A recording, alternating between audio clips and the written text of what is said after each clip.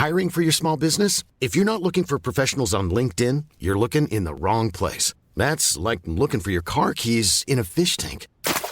LinkedIn helps you hire professionals you can't find anywhere else, even those who aren't actively searching for a new job but might be open to the perfect role. In a given month, over 70% of LinkedIn users don't even visit other leading job sites. So start looking in the right place. With LinkedIn, you can hire professionals like a professional. Post your free job on linkedin.com/spoken today.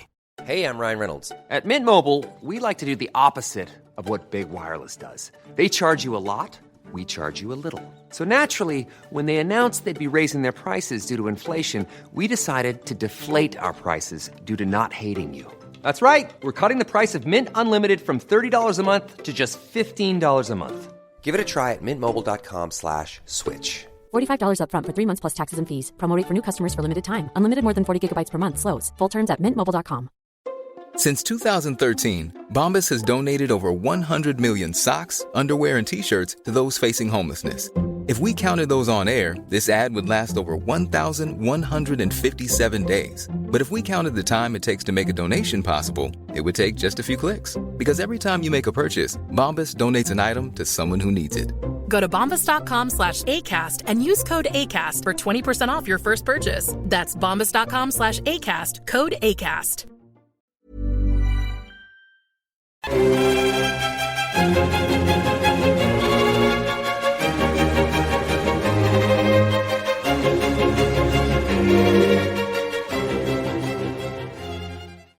Hello and welcome back to The Napoleonicist.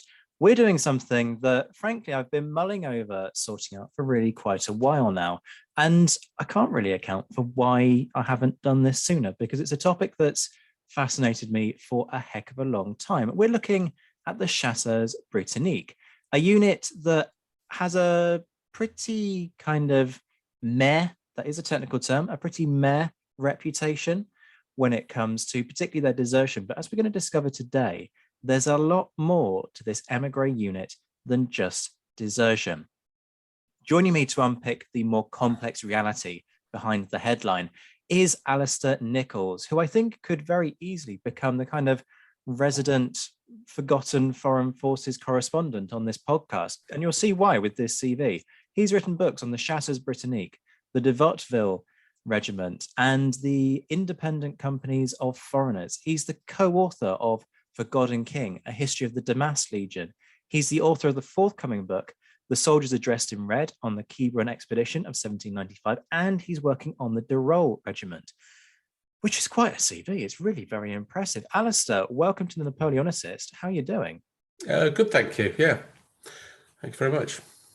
Before we talk about the Chasseurs Britanniques specifically, I'm keen to just sort of pause for a second and consider that impressive CV that I've just kind of outlined, because you've done a wealth of work on what we might term those marginalized / sidelined foreign units. You know, Tyrol immediately springs to mind.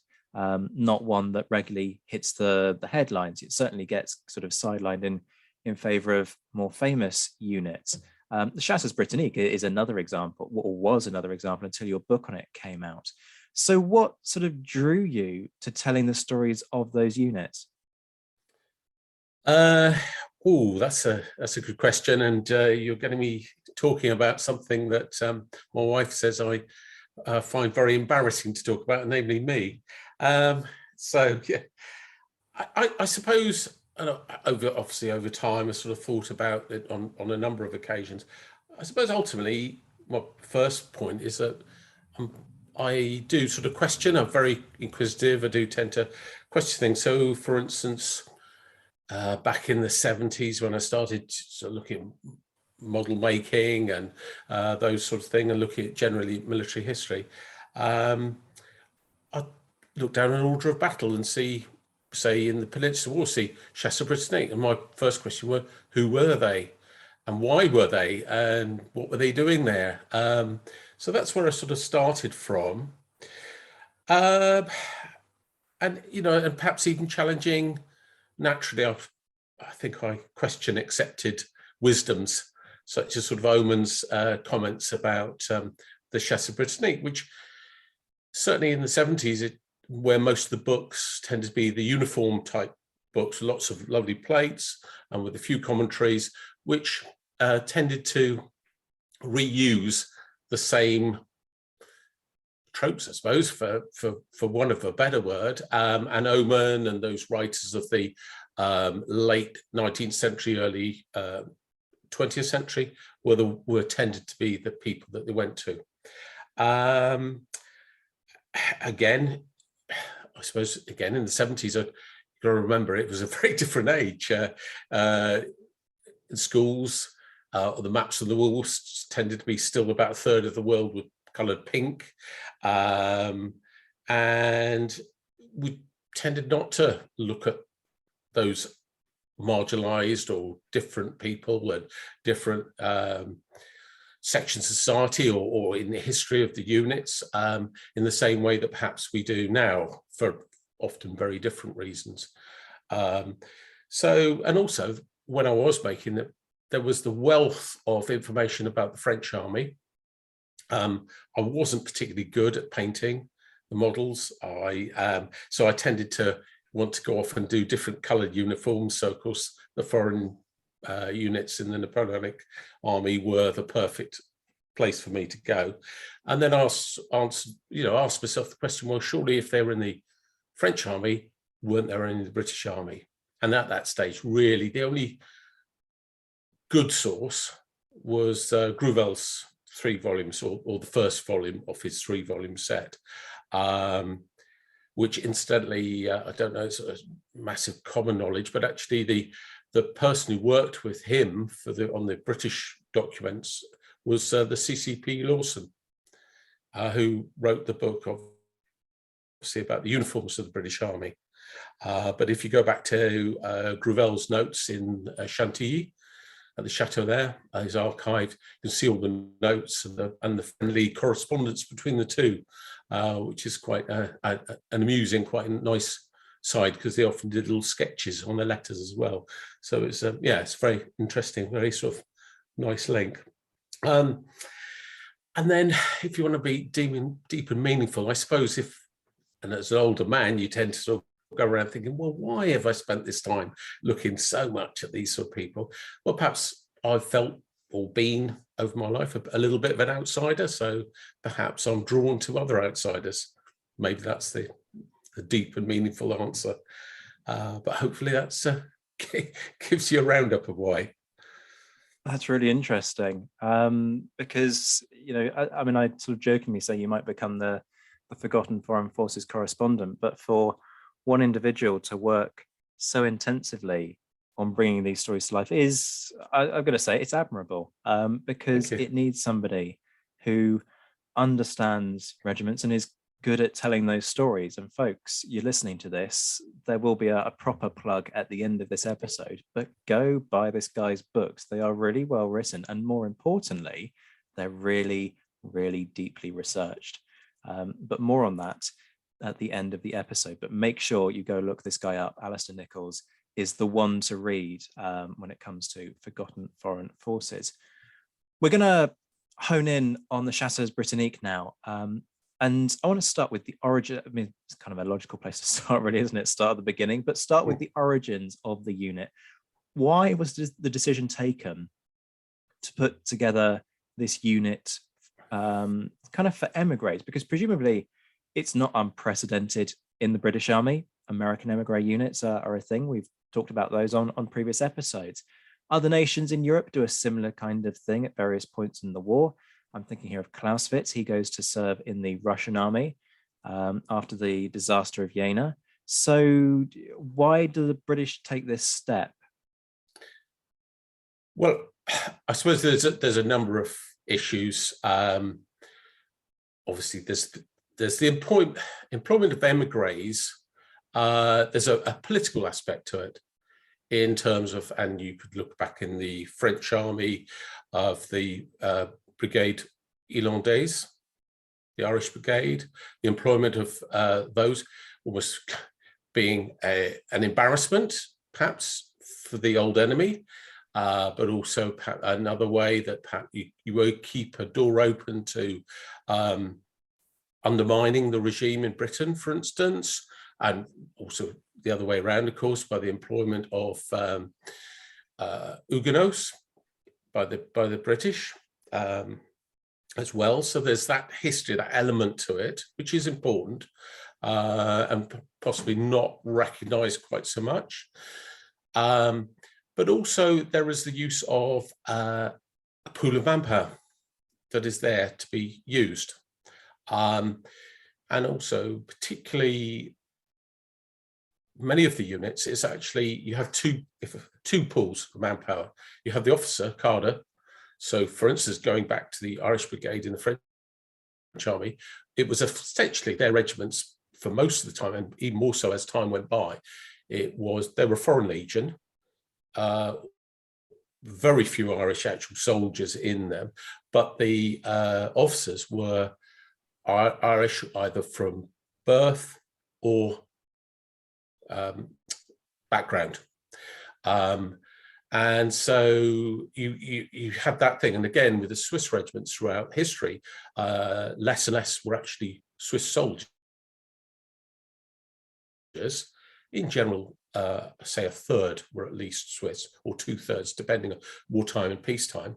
But it was actually the cadre that was the important thing. And so that's the element of the formation of émigré units. Then, of course, with the dislocation in France and many other countries as well, at the beginning of the Revolutionary War period, you had, again, more and more available troops. Certainly for Britain, who had a very, very small army, the use of émigrés allowed them to draw in more troops, and in particular officers who might know their business a bit better than some of the British. So there are those elements to it. As far as the Chasseurs Britanniques in particular are concerned, in a way, the formation of that regiment came at the end of the revolutionary period. So there was less and less use, as it were, of these troops. But essentially it was at the end of the War of the Second Coalition, when Austria, who was the last main opponent for France in continental Europe, had made peace with the Peace of Luneville. There were a number of units that had been paid by Britain, whether to act as auxiliaries with the Austrian army, and they were mainly congregated in what is now Slovenia. The main two units of those were the Swiss émigrés, who had opposed the French invasion in 1798 of Switzerland and the creation of a satellite republic by the French Republic. There were various units of those, but also there was the remains of what was called the Armée de Condé, which was originally the army, one of the armies that had been raised for the French counter-revolution. Now, there were two elements in particular, if I concentrate on the Armée de Condé for a second, or two. There were two main elements to this. There was the French émigré units, largely called noble units of French gentlemen, but also there were the professional soldier units, the so-called paid regiments, which did have some French soldiers, but most of them had been recruited throughout Europe as the Armée de Condé had served with the Austrian army and then ultimately the Russian army before coming back to being under British pay and serving alongside the Austrians again. So the main people they actually wanted, that Britain wanted to serve, and the other nations did, certainly by that stage, were those paid soldiers. They weren't actually that keen to employ the émigrés other than as officers of those paid soldiers. There's quite a good quote that I managed to get hold of, and it was by an émigré officer who talked who was a member of one of these corps of French gentleman, and he explains their situation. He said, "We are an assembly of French royalist officers. Imperceptibly, one wishes to make us ordinary soldiers. Under fire, we will be grenadiers, but never will we be soldiers for guard duty or interior discipline. We know to respect military discipline, but we will not suffer to be treated as soldiers." So, this was by one of their own members, explains the reason why most armies didn't actually want emigres anymore. They wanted paid soldiers. Go on. I was just going to say, is that kind of borne out in reality then? Do you see that, because you have this point that beggars can't be choosers, right? And if you're putting a unit together, you have to work with the material that turns up when it comes to recruitment. So do you see these people sort of being largely trained men who join up? Because we've got this lingering thing about desertion and the question about devotion to a loyalist cause. So what's the kind of the ideological motivation then? Do you see people with limited service experience who are just incredibly keen signing up? Do you see people who have that experience but aren't particularly ideologically motivated joining, or is it a fusion of the two? I'd probably go for the get out and say the fusion of the two, but certainly for the officers of the Chasseurs Britanniques, who was formed in May 1801, so the War of First Coalition, going right back, say 1792, 1793, depending on which country you're looking at that's starting, there was the wave of the emigration from France. So there was a lot of emigre soldiers, and they were used in lots of different ways. And they were willing to serve in lots of different ways because they could see themselves getting home very soon. But as time went by, there tended to be a wider separation between the gentlemen who wanted to be officers and nothing else really, and then the soldiers who were then collected and recruited from all sorts of different sources, some deserters, some prisoners of war, some normal inverted commas recruiting otherwise, to form these paid regiments in the Armée de Condé. And these were the regiments these were the soldiers that actually Britain and other European nations wanted. The desire to actually have emigres, French emigres, other than as officers, had disappeared, had gradually dissipated. Is that clearer? Yeah, that makes complete sense. What? Go on, sorry. No, the immediate need in May 1801 was that although all the protagonists in continental Europe had gone, Britain was still committed to a campaign in Egypt. And when Abercrombie arrived and landed, the British found that the French forces in Egypt were much larger and in better shape than they'd been led to believe. So they needed soldiers as quickly as possible. And so the ones in Slovenia, who were now no longer useful, could be made use of by forming these new regiments and be sent to Egypt a lot quicker than from Britain. Interesting. So it's kind of a case of necessity, where is the nearest source of viable manpower? Yes, exactly. And soldiers who know their business as well. They're not raw recruits by any means. So, that leads us quite nicely onto sort of their record of service. You talk about Egypt as sort of an early point in that process. Where do they serve, and what do they ultimately end up doing? Because the famous one, inverted commas, famous, tends to be the Peninsular War, because that's where most people focus. But it's not just the Peninsular War where they're serving, is it? No, certainly. And essentially they served in the Mediterranean until eventually going to the peninsula. And it's got to remember that from 1801 to 1808, 1809, that the centre of British military action and effort, for a large part, was in the Mediterranean. And that, again, with that concentration on the peninsula, is quite often lost, I think. So essentially, it was only for the last 5-6 years of a war that went on for 13 years that the peninsula was the centre of activity. And that gradually moved from the Mediterranean to the peninsula, and you see that with some of the senior officers being drawn away from the Mediterranean towards Spain and Portugal when they realise that actually is, what the government is concentrating on.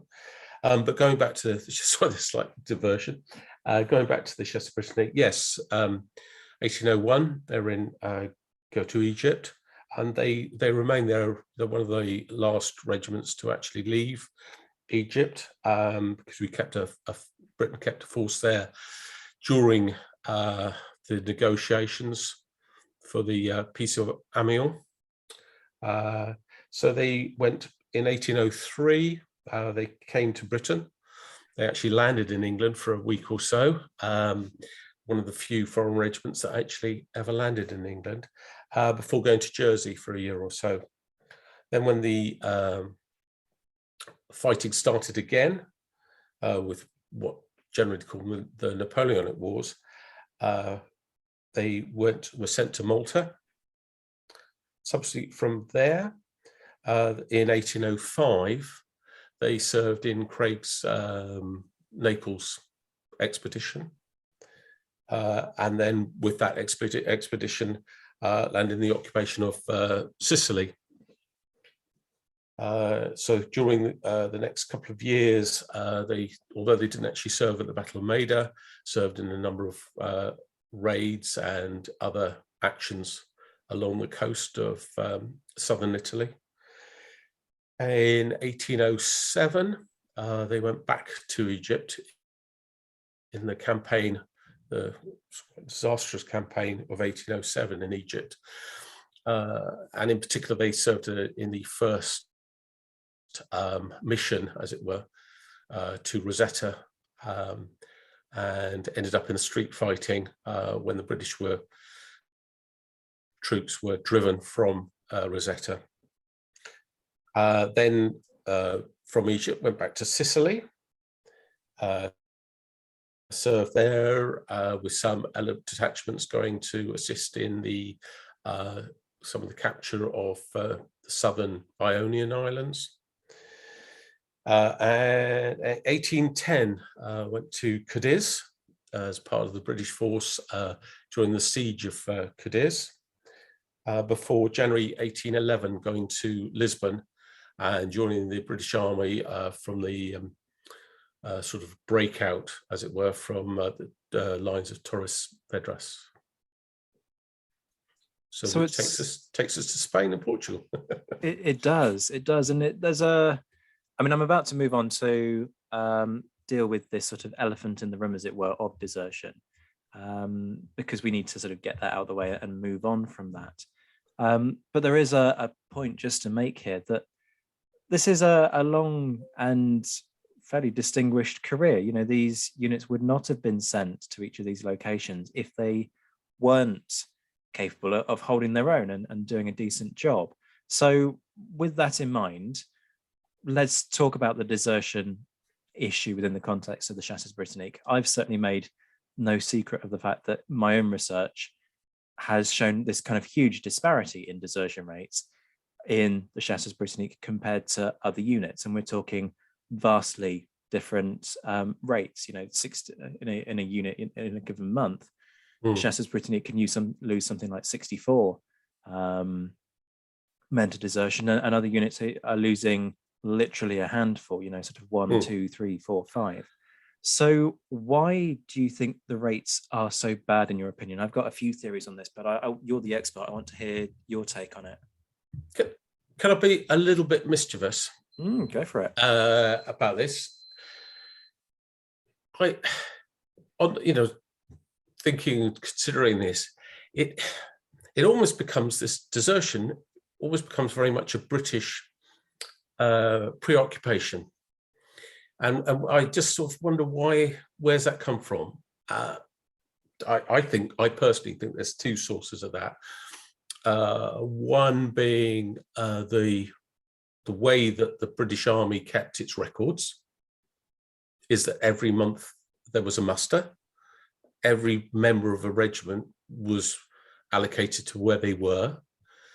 So there's that element, or that part of that element, as it were. Secondly, only officers were absent without leave, not soldiers.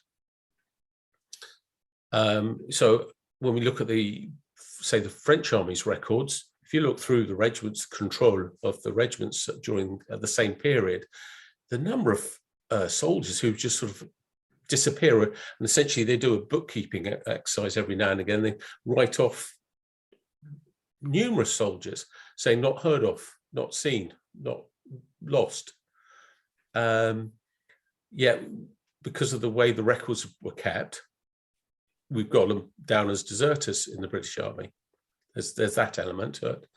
And then again, I think it's the writing. It's the way the British have been looked at and written. As part of the exercise, I had a quick look yesterday through quite recently published book, Swiss Regiments in the Service of France, 1798 to 1815, by Stephen E. Borrett. Mm-hmm. And throughout the text, despite there being quite sizable numbers of desertions from these regiments, throughout the main text, there's not a word desert, desertion, deserter. The only times it gets mentioned is in the appendices on two occasions. Once when he reproduces a return from 1809 for one of the regiments, and the other mention is in when he reproduces the capitulation, the contract for the regiments, where there's an article that talks about replacing desertions. So my point being is, we always, as soon as we talk about foreign regiments in the British Army, we talk about desertion, and I have done that myself. So it's not sort of pointing fingers.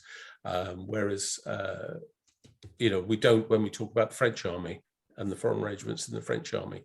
I just want to make that contrast. But going back to your question, or do you want to come back on me?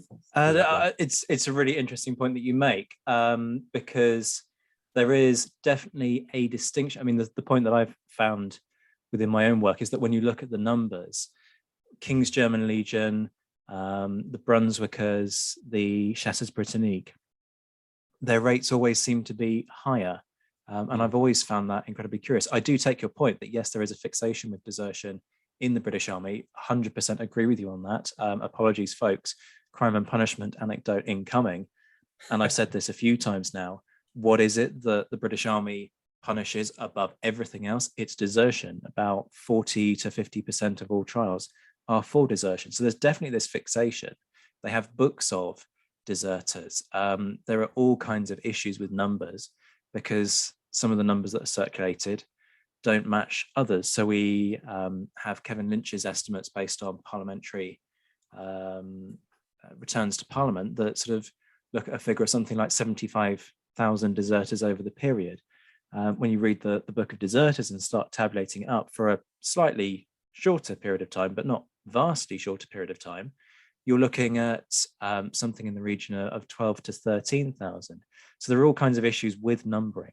You also make a good point about officers. Officers are never classed as deserters. Officers are classed as AWOL. You do get men tried for being AWOL, absent without leave.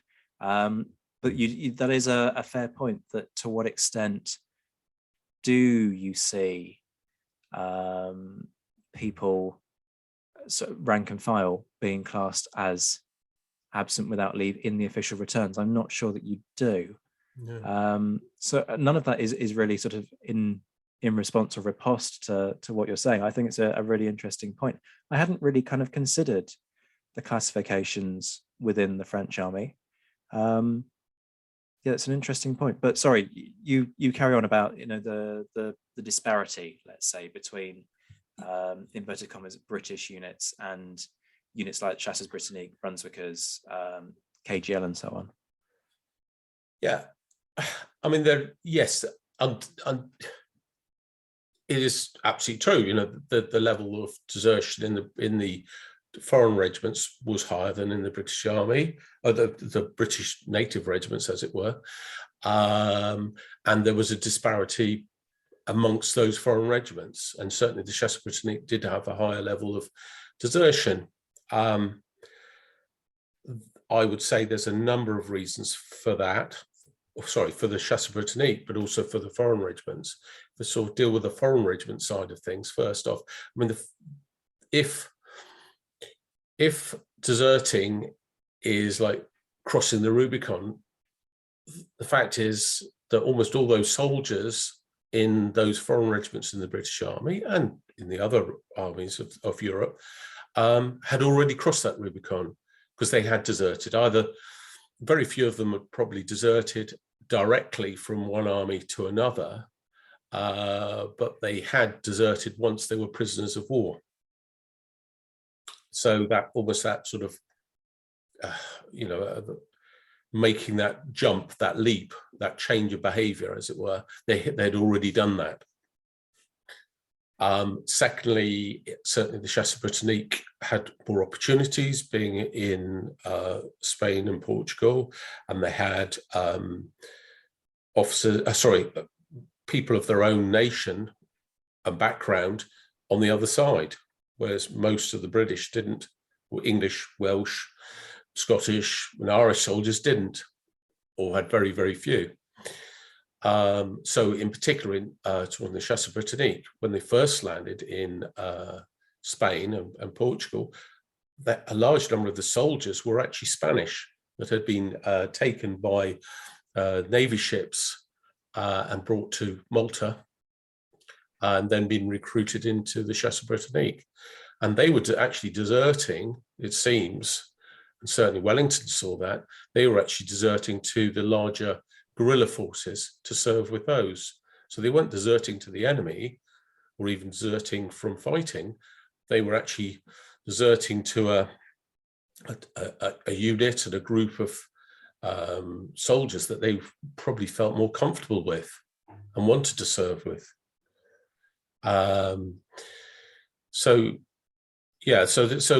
and then there were obviously different phases. So one of the worst phase, for whatever better word, for the Chasseurs Britanniques was in the 1813, 1814, when they were fighting very close to France, but a lot of them had already served or coming towards the end of their 7 years period of enlistment.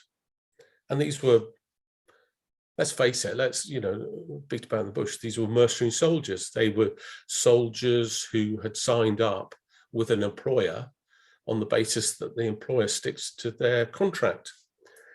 And they were seeing themselves being kept at serving in the British Army after their 7 years had come up.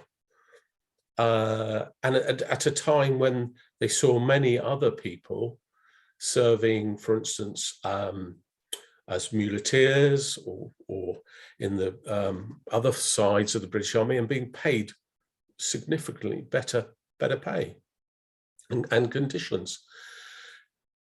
And lastly, and I think there was again in this period, there was a general feeling that the war was coming to an end. So what was going to happen to them, particularly as the British Army were keeping them employed or keeping them on duty? What are they going to do? Are they going to be sent to the West Indies, or how are they going to be treated? They didn't necessarily know that. And one of the points I've seen, not only from the Chasseurs Britanniques, but also from reading a little bit about the French army, that in the battles on the Pyrenees, the officers were exposing themselves more and more. They were literally having to lead from the front. They would drive their men forward. And there's accounts of French soldiers having to do that. French officers having to do that. And also the casualty rate for the officers of the Chasseurs Britanniques towards these latter actions are very, very significant. And so their last battle they were at in Battle of Orthez, you had one captain killed and 2 died of their wounds. And that was out of a maximum of 11 present at the time. Hey, it's Danny Pellegrino from Everything Iconic. Ready to upgrade your style game without blowing your budget? Check out Quince. They've got all the good stuff, shirts and polos, activewear, and fine leather goods, all at 50 to 80% less than other high-end brands. And the best part? They're all about safe, ethical, and responsible manufacturing. Get that luxury vibe without the luxury price tag. Hit up quince.com/upgrade for free shipping and 365-day returns on your next order. That's quince.com/upgrade. Hiring for your small business? If you're not looking for professionals on LinkedIn, you're looking in the wrong place. That's like looking for your car keys in a fish tank. LinkedIn helps you hire professionals you can't find anywhere else, even those who aren't actively searching for a new job but might be open to the perfect role. In a given month, over 70% of LinkedIn users don't even visit other leading job sites. So start looking in the right place. With LinkedIn, you can hire professionals like a professional. Post your free job on linkedin.com/spoken today. Wow. There's a lot for us to digest there, isn't there? Sorry, no, it's great. And this is exactly what we do these episodes for, to make people think. The first thing I should say, in defense of the numbers to a degree, is just a sense of perspective. So a British regiment at this point in time nominally is meant to be 1,000 men. In reality, Wellington almost never gets a regiment of a battalion of 1,000 men arriving with him in Spain or Portugal. The reality is probably somewhere between 450 to 750 is the strength of a battalion. The Chasseurs Britanniques, when they arrive, 1,600 men. So, if you've got more people deserting from that unit in the first place, when you've got a bigger unit anyway, so the proportions aren't quite as skewed as the raw numbers initially suggest. I think it's a really interesting point that you raise about motivations, and particularly this kind of crossing the Rubicon thing.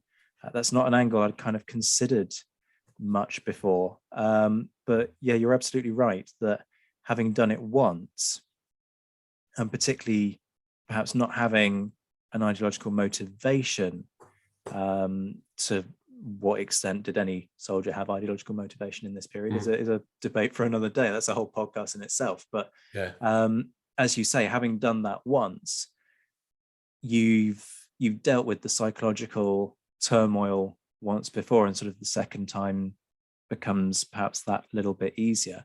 I also really like the point about not so much deserting to the enemy, but just deserting to a different unit in the case of the Spanish emigres, the Spanish soldiers that were recruited, because that is a significant point, that sometimes people will have joined and then seen a better option as far as they could see. You also make a massive, massive point when it comes to how badly the British treat their soldiers of all nationalities when it comes to rights of enlistment. And it's not just the Chasseurs Britanniques who suffer in terms of this 7-year enlistment thing. We see it in multiple instances. There's a big spike generally in desertion in the British Army, not just from foreign units, but from, inverted commas, native English, Scottish, Irish, Welsh units, because the British government just summarily turns around and passes an act saying, you enlisted for 7 years, but there's a war on, we're not sending you home, we'll discharge you once the war's over, keep fighting, almost sort of kiss, love the British government. And people turn around and say, well, stuff this for a game of soldiers. I'm Yeah. off. Because the British are pretty scandalous. And it's not just within the Peninsular War that's the case. Actually, we've got accounts, I think it's Cooper, is at the Battle of New Orleans, and the night before, he's desperately trying to get discharged because his 7 years are up. He doesn't want to fight the battle the next day. And he's certainly got no interest in risking his life for the cause any longer. He's not ultimately able to secure that discharge, but it gives you that sense of actually this idea that you're just going to loyally serve this benevolent army that isn't paying you and isn't being particularly benevolent in terms of your rights of enlistment is a difficult one to square. It just doesn't work in reality. Yeah, like I say, there's a lot there to ponder on. Yeah. And as I sort of always go back repeating, the thing is that these were mercenary soldiers. These were soldiers who, I put it this way, perhaps as a very young man, a group of soldiers arrived in a village in Lithuania from the Austrian army. That part had only just been taken over by Austria as part of the partition of Poland. Then had been marched across down to northern Italy, made to fight against the French, captured by the French. The French turn around and say, if you want to eat, you've got to put our uniform on. And then one day they get captured by the British, who go, well, here's pay, and obviously significantly better pay. Who can blame them for taking a little bit of control over their lives by signing up for the British Army? And really, ultimately, are they any different from a weaver living in rural England whose livelihood has disappeared because of the onset of the Industrial Revolution? Actually, is their motivation any less so? Because a lot of our understanding, of course, has come through, the nation state building of the 20th century and 19th century. So, our ideas of patriotism and things like that are very different from the beginning of the 19th century.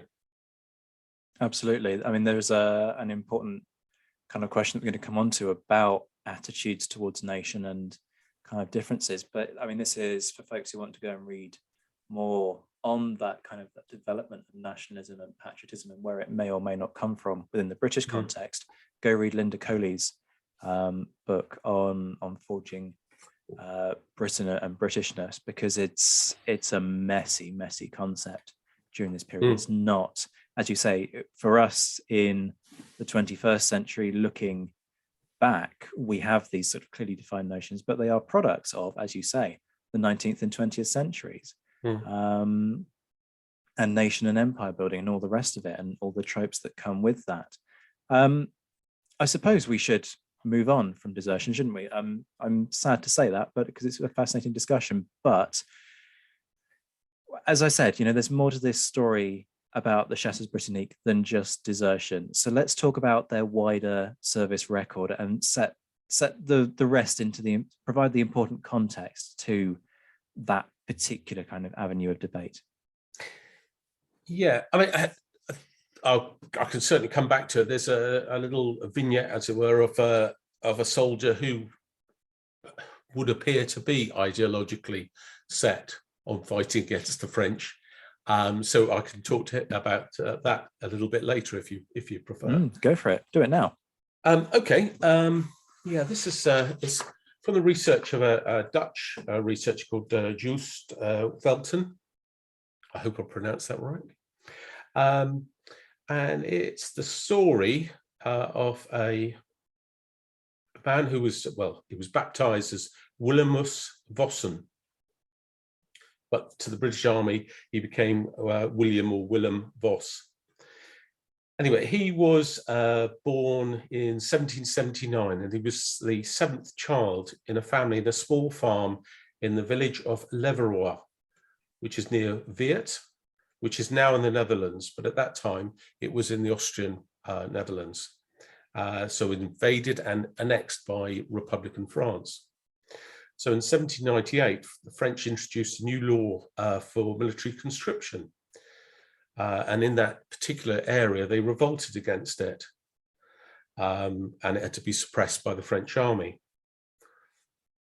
So essentially what they did, most of the young men who were going to be dragged away for the French army literally crossed the border into what was then Holland, and so evaded the draft. And this young man Vossen was actually in the second draft of the year 8 under the French Republican calendar, and he did likewise.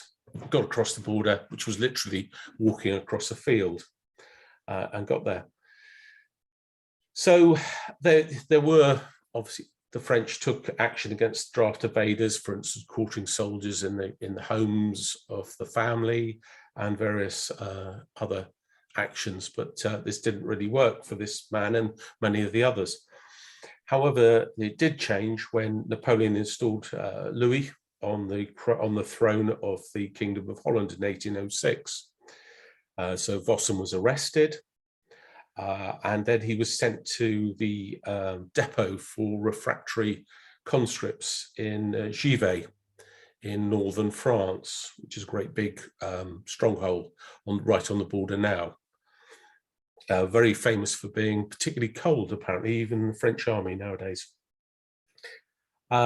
But there they were kept under strict surveillance to do normal military training, and when he wasn't doing that, they had to work on the fortifications.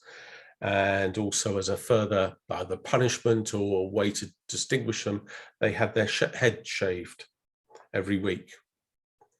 But at some stage, he was obviously considered to be disciplined enough to be sent to a unit. And although we don't know the military unit, he ended up in either Spain or Portugal. Perhaps in Portugal, and immediately after the Convention of Sintra, or perhaps he was in one of the reserve legions that got caught up and surrendered at Belen. But what we do know is that on the 25th of February 1809, at the Foreign Depot at Leamington, he enlisted into the British Army and was sent, as I say, as Willem Vos, to the Chasseurs Britanniques. So it was a bit of a delay, but later on the year, he went to Sicily, joined the regiment there, and then followed it right through till he was discharged in France on the 24th of June, 1814. Now, throughout that time, it looks like he was a really good soldier. The only times he was missing was once when he was sick, or the other times he was working as a staff servant. And then after his discharge, he returned home. And like a lot of people who couldn't read or write in those days, he lodged his discharge document in the local mayor's office. I have a little bit more about what happened after the war, but I think you want to deal with that at another stage, do you? Yeah, I mean, we'll come on to, kind of legacies and their lives beyond the conflict, but yeah, it's a really nice one to just kind of throw that in there and sort of show, look, some of these people, it's not just desertion, all right? It's not as though the entire unit runs away. And you've kind of alluded to this already with the fact that, as late as the Battle of Orthez, they are in the front line, literally, yes, being led by their officers. Sure, there may be motivational issues. We've kind of discussed why that might be, but talk us through that battle record. Do we get moments when Wellington sort of turns around and throws begrudging compliments their way, as is sometimes his inclination?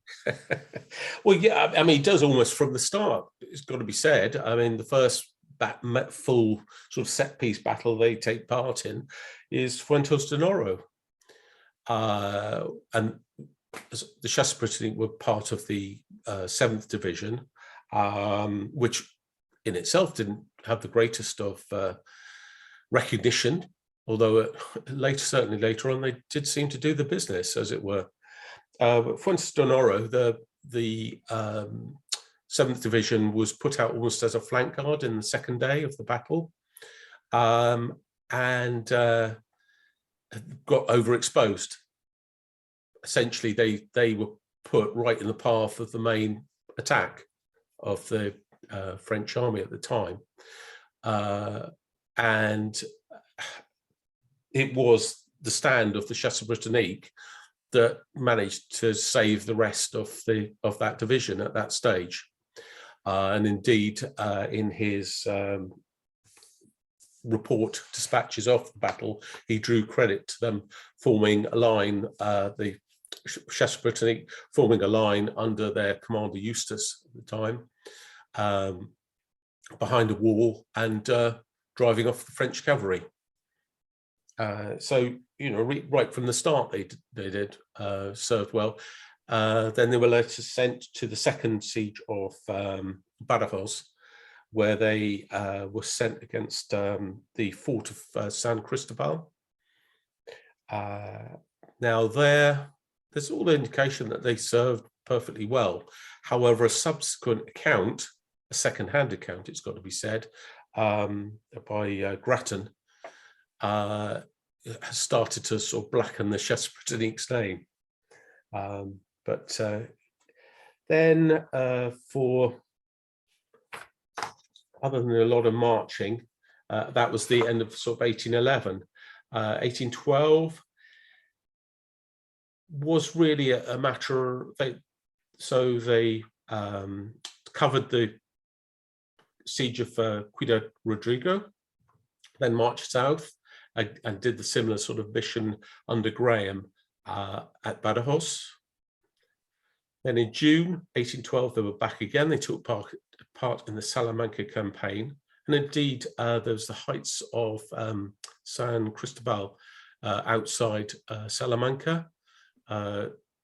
They put in a pretty decent performance, and that was right at the beginning of the Salamanca episode or campaign. Later on, they went to Madrid as part of the 7th Division and took the Retiro, which is the stronghold in the city that the French maintained there.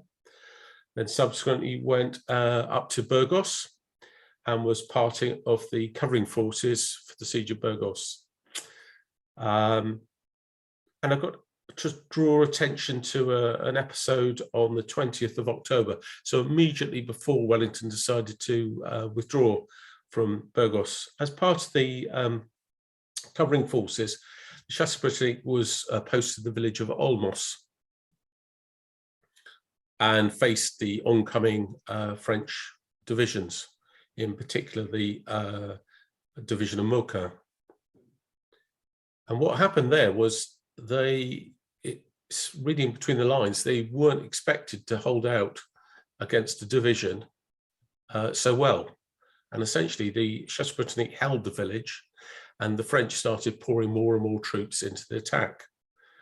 And it suddenly realized that this was an opportunity to deal a severe blow against the French forces.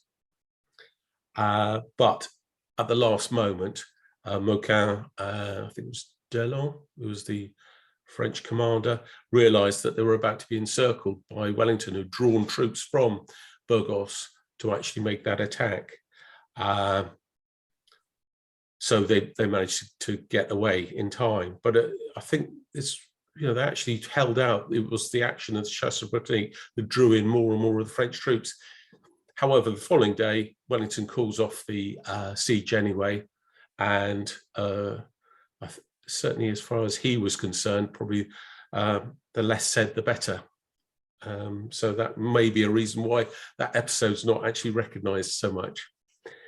1813, the 7th Division and the Chasseurs Britanniques took part in the crossing of the Esla, and they were directly part of the brigade that crossed and almost sort of set the bridgehead up for the rest of the British forces. They were part of the brigade of the 7th Division that fought at Vitoria, and again performed well. They then continued up onto foot towards Pamplona and then onto the Baztan Valley in the Pyrenees. When the British were driven from the Pyrenees and ultimately back to the defensive position at Sororan, covering Pamplona, what became the first and second sort of battles of the Pyrenees, what happened was the 7th Division, in withdrawing, outmarched the 2nd Division, which had actually had more significant service right in the battles or the fights at Maya, Roncesvalles, etc. But they actually outmarched the 2nd Division, and so was placed on Wellington's left wing, and having taken the place that had been originally intended for the 2nd Division. It's also got to be said that this is sort of a period when other divisions didn't really sort of make much of an appearance, and I'm thinking of the Light Division on that case. Again, immediately after the battle, they performed well at Donna Maria passes, where they were at the tail of the retreating French army, slightly by chance rather than plan, but that's what happened. And also fought in the San Marcial Heights on the 30th of August, an action which not many British forces took part in at all. And then afterwards, sort of the Battle of Nivelles, and then in 1814 took part in the advance and fought at the Battle of Orthez, when again they were part of the brigade that actually made the breakthrough on the French right wing at Saint-Boez.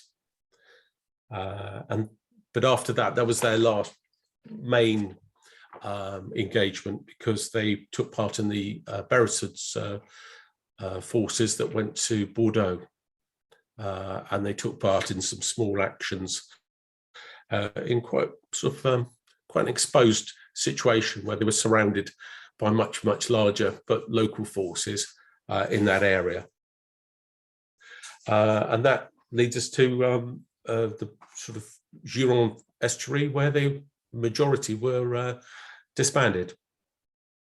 Which, I mean, you've taken us nicely onto where I was going to go with this next, but I just want to sort of say at this point that, you know, at no point are they just sort of sent to the rear and, you know, take on administrative duties and fetch and carry and all the rest of it. You know, they, for all that we do emphasize this desertion thing within a lot of the existing historiography, actually, no, there is, Wellington doesn't sort of give up on them. The issue isn't so substantial that he goes, well, this unit is useless to me. And I think that's a point that perhaps has been drowned out by a lot of the focus on desertion. But yeah, so this unit gets disbanded, does it, at the end of the Peninsular War?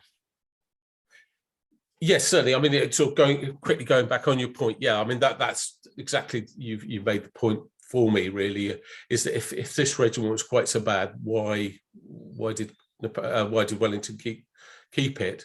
He could have easily sent it back to another garrison in the theatre, or even sent it back to wherever it came from, as he did with some of the British regiments or battalions at various times. And I think if I quickly answer that point, I think the real reason is they were a large unit and they had a good track record, other than the desertion, of keeping soldiers in the ranks. Their sickness rate was lower than the British units, and also there's quite anecdotal evidence to show that they were better in the field. These soldiers could look after themselves better. There was a British officer, Major Rice, who had his horse killed when they were in a square, I think at Salamanca or whatever. So a couple of the Chasseurs Britanniques started butchering the horse for meat there and then. Also in the advance to Vittoria, when the soldiers sort of outmarched the commissariat, Chasseurs Britanniques was famous for sort of boiling up hide from slaughtered animals and selling it in order to stave off hunger among the British soldiers. So these were adaptable, for want of a better expression, hard men who knew how to live off the ground, off the land, which a lot of the British soldiers didn't necessarily. Interesting. Yeah, it's hardy individuals, certainly from the sounds of it. And yeah, I mean, you make a really good point. Wellington was never backwards in coming forwards when it came to him being dissatisfied with units. So the fact that they stay is in itself something that's important to throw into this argument. What do we know about the lives of these men beyond their service in the conflict? Are we able to trace any of their journeys beyond the army? Very little. I mean, obviously there is a lot more available about the officers. Individual soldiers, like the vast majority of all nations, they tended to sort of disappear into the background again. I do know a little bit about what happened to Willem Vos. He, as I say, went back to then subsequently moved towards a sort of village in the suburbs of Brussels. And he married in 1818 Marie Elizabeth, who was a servant, and he became a butcher. And they lived in around, they had a family, again, near Brussels, and their first child was born in 1821. But other than that, about him, I don't know anymore. Other soldiers, no, I think some drifted home from near Bordeaux when they were disbanded. Others were sent back to Britain and went to the Foreign Depot, which was then moved to Harwich because of the different emphasis, as it were, for the British Army was moved from south coast to the east coast.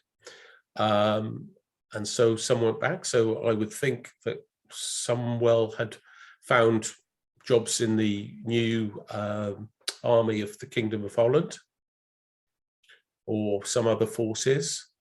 We do know that 3 of the bandsmen, because bandsmen were always sought after by different regiments, joined the 40th Foot, the 2nd Somersetshire, and those 3 at least served at Waterloo, and subsequently made a little bit of a name for themselves, actually, because the 40th Foot subsequently served in Australia. And certainly, so Joseph Reichenberg, who was one of these, was sergeant in the 40th. He left the army in 1829 and has some standing in the early sort of history of music in Australia as a teacher and a composer. Wow. Another one was Louis Vogel, and he went on to, in Britain, to be a member of various people's house bands. And I mean, he was followed by his son, who was also a bandsman, but also his daughter Caroline, some fame as the Sicilian dwarf, who was used in sort of theatres and sidelines and of various circuses in Britain. A bit of a sad story, actually, is what we said. And finally, the Louis Guerin served in the 40th until 1836, again as a sergeant and bandmaster. Those are the only things I can tell you about these soldiers. The officers, by and large, who were almost all French, went back to France and retired. What happened was when they returned to France, there was a commission of émigrés, and it determined their rank in the French army depending on what they'd been at the beginning of the wars, either in the French army in 1789 or within the émigré units in 1793. So like a lieutenant could look at, say, oh, well, you could have been a lieutenant colonel, and they would then be paid, given that rank in the French army, but put immediately onto retirement. Because by 1814, most of the officers who'd come as emigres were, and I say as someone in the early 60s, getting on a little bit, because say it was about 24 years since they emigrated. So in 1814, the captains in the Chasseurs Britanniques, most of them were in their mid-40s, or the average was 43 of the ones who were active in the Chasseurs Britanniques. The major who commanded them, Alexis du Hortois, he was 48. So by the time they got back to France, they didn't really have another military career or other careers to pursue. I mean, there are a couple of exceptions. Some of the younger officers did join the French army, largely as like permanent staff in garrisons, but nothing much else than that. One of the officers, Rodolphe de Murault, who was Swiss, he actually joined the Dutch army in one of the Swiss regiments that was formed from 1814-15, and subsequently became a major general and a provincial governor. But most of them disappeared into retirement, most of the officers. I mean, it's one of those things, isn't it, that we have these men's stories, they take part in pretty major events in European and to an extent world history, and then just they disappear into the ether, because ultimately then they just go back to civilian lives, and the army doesn't track them anymore. Certainly in many cases the army won't have paid for their journeys home, I wouldn't have thought, because the army does tend to be very tight-fisted when it comes to getting people back to where they came from in 1814. Yeah, they were given some pay. I think they were given, a month's pay for getting back home. Oh, were they? Oh, that surprises me, because the story that I always come back to is the one about unofficial battalion wives, the women who had followed the regiment because of they form connections with soldiers within the unit, and they're not formally on the strength, and at the end of the period the army just goes, yep, thanks very much, we're going to leave you here. And we're talking about desertion. This is the moment when the army has a real desertion problem, and the numbers just skyrocket because everyone goes, no, not doing that. And partly it's this thing that we were talking about earlier, end of period of enlistment, and people would rather stay local rather than be shipped off back home. But also I think a big chunk of it is the fact that the army just goes, yeah, we don't really care if you've developed a romantic connection with this person and had a child with them. We're going to leave them in France and take you somewhere else in the world. And people go, no, I don't think so. Let me round up then with a tough one, which we have sort of alluded to all the way through this. The Chasseurs Britanniques, I think we can kind of agree they don't deserve their reputation, do they? So how would you encourage people to think about the unit? So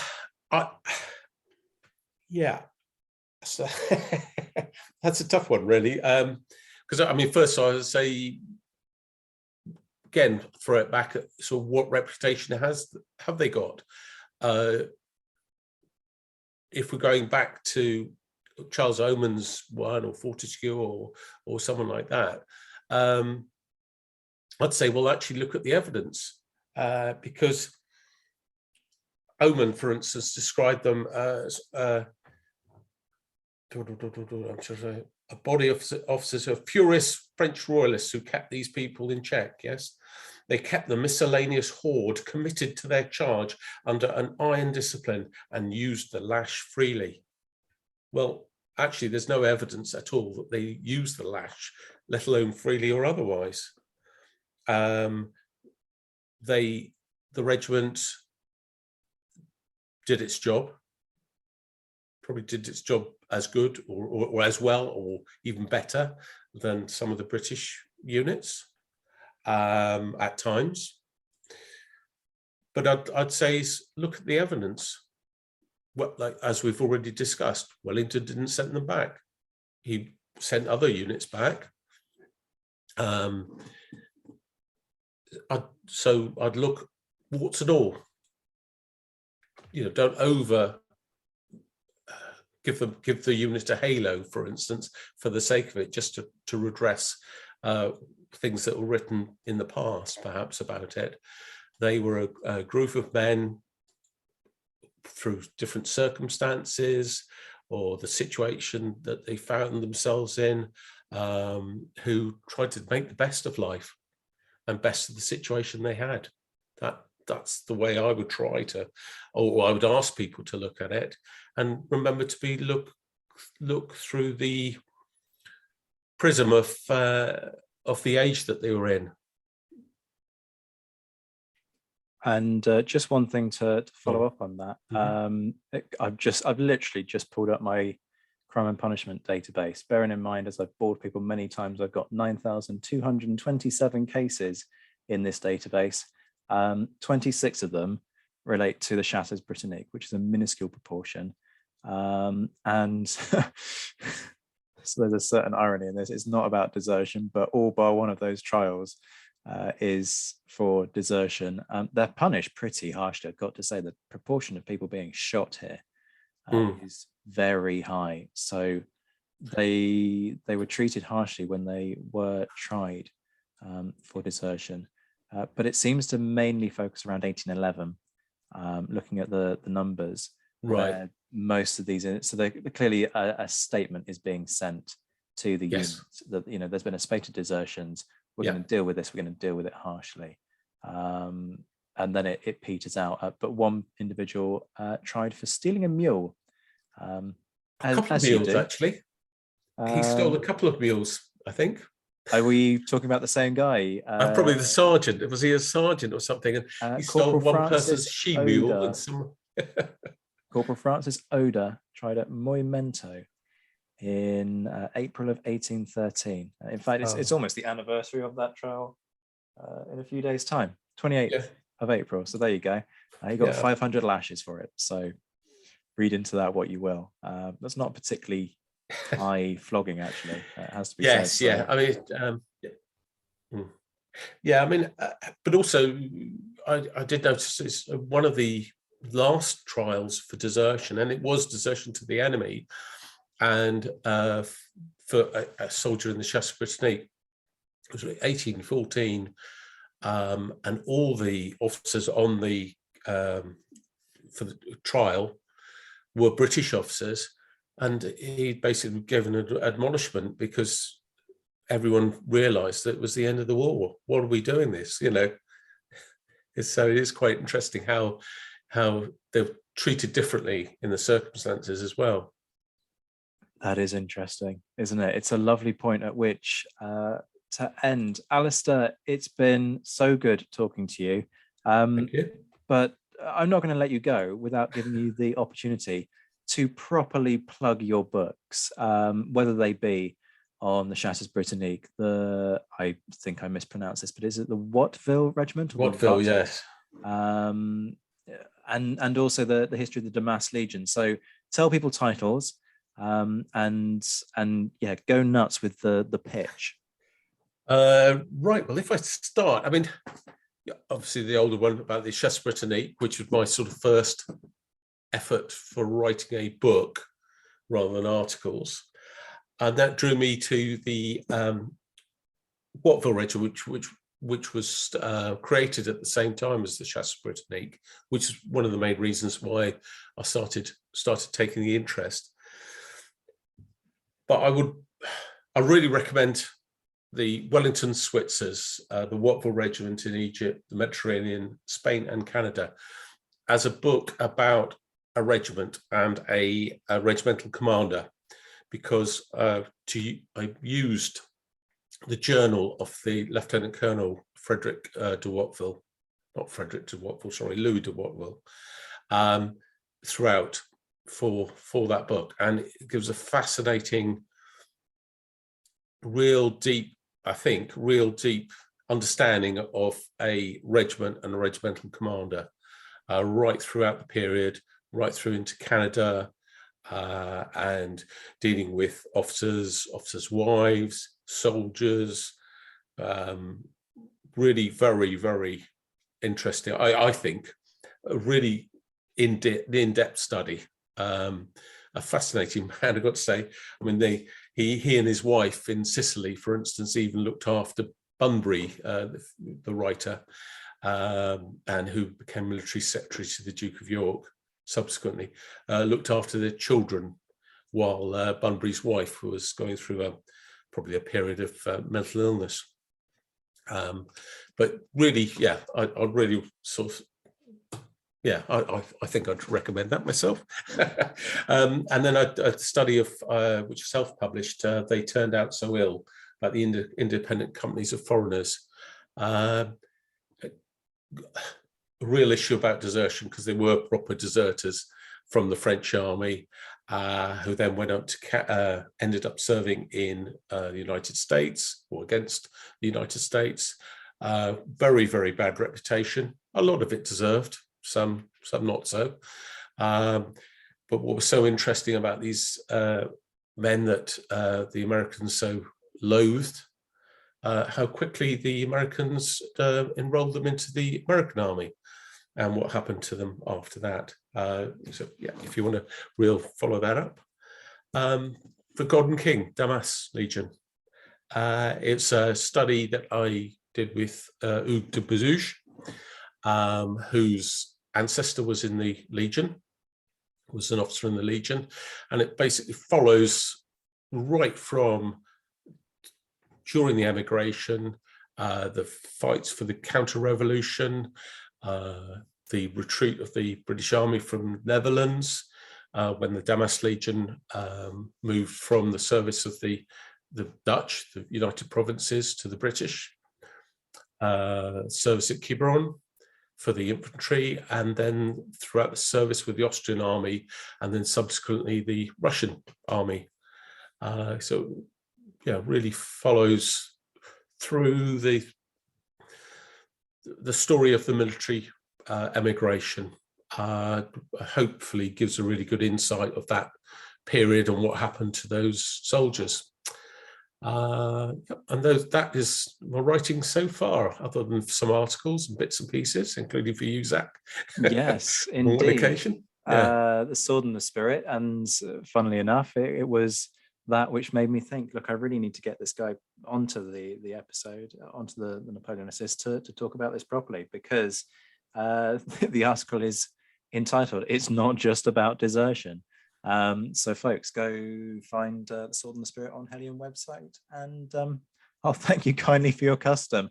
But you have a book forthcoming from Hellion, don't you? The Soldiers Are Dressed in Red, which I've had a little bit of a look at the early manuscript for. It's all about the Quiberon expedition, which looks incredibly interesting. So please do come back for that. And folks, you can go register your interest for that on the Hellion website right now. Literally Google Hellion and Alistair Nichols, and it will come up as a link because it's going to be published very soon. Alistair, please come back again, because we've got so much more to talk about. But thank you so much for your time today. It's been fantastic. No problem. No, I really enjoyed it. Thank you. Before you go, folks, all the usual things. Remember to like and subscribe, leave a review on Apple Podcasts, and you can find me on Twitter at ZWhiteHistory. A huge thank you as ever to my Patreon supporters. It is their support that keeps this podcast going. If you're interested in contributing to the show, you can find out more from the link in the description. Prices start from £1 a month, and you get all kinds of perks, from discount codes on Pen and Sword books, which means you actually quite rapidly end up regaining some of the money that you invest in the show, all the way through to voting rights, shout-outs in episodes, and even one-to-one meetings with me. If a regular subscription isn't your thing, which believe me I completely understand, you can leave one-off tips via Ko-fi. Again, the link is in the description, and all the money gets reinvested into producing more content further down the line. And I have a big project in mind involving footage from battlefields that could potentially be a really engaging, exciting project if I can bring the money together to make it happen. A big thank you as ever to my Emperor level patrons Mark Stoos, JC Kaiser and Todd and Led Campbell, my Marshal patrons Matt Bone and Marcus Cribb, my Commander patrons John Haynes, Ger Brown, Liam Telfer, Jane Davis, Bob Burnham, Andy Meakin and Michael Guest, my Mentioned in Dispatches Plus patron Noah Fink, and my Mentioned in Dispatches patrons Miles Reedy, Alexandra Leon, Alistair Campbell-Grieve, Beatrice de Graaf, Brendan Teeling, Colin Fieldhouse, Ed Koss, Bruins Girl, Gareth Copeland, Jeff Maple, Hugh Brennan, Indiana Fats, James Bevan, Jim Deary, Jim Getz, Josh Keeney, Lucy Tapner, Lynn Dawson, Mark Dewhurst, Mark Anscombe, Rob Griffith, Roy Muir, Ross Flowers, Ryan Diamond, Rob Cothlan, Mark Trowbridge and Stephen Coulson. This has been The Napoleonicist. Take care of yourselves, my friends. Stay well, stay safe. And as always, thank you for listening.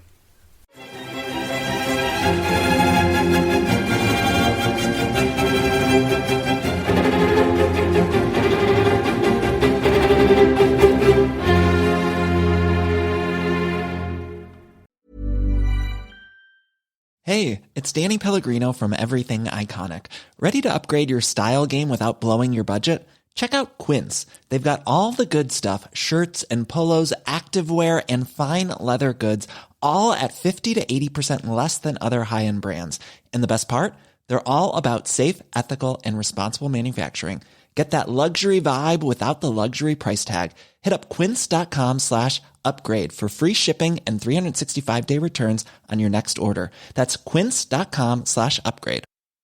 Hi, I'm Daniel, founder of Pretty Litter. Did you know cats tend to hide symptoms of sickness and pain? I learned this the hard way after losing my cat, Gingy. So I created Pretty Litter, a health monitoring litter that helps detect early signs of illness by changing colors, saving you money and potentially your cat's life. Pretty Litter is veterinarian developed, and it's the easiest way to keep tabs on your fur baby's health right at home. Go to prettylitter.com and use code ACAST for 20% off your first order and a free cat toy. Terms and conditions apply. See site for details.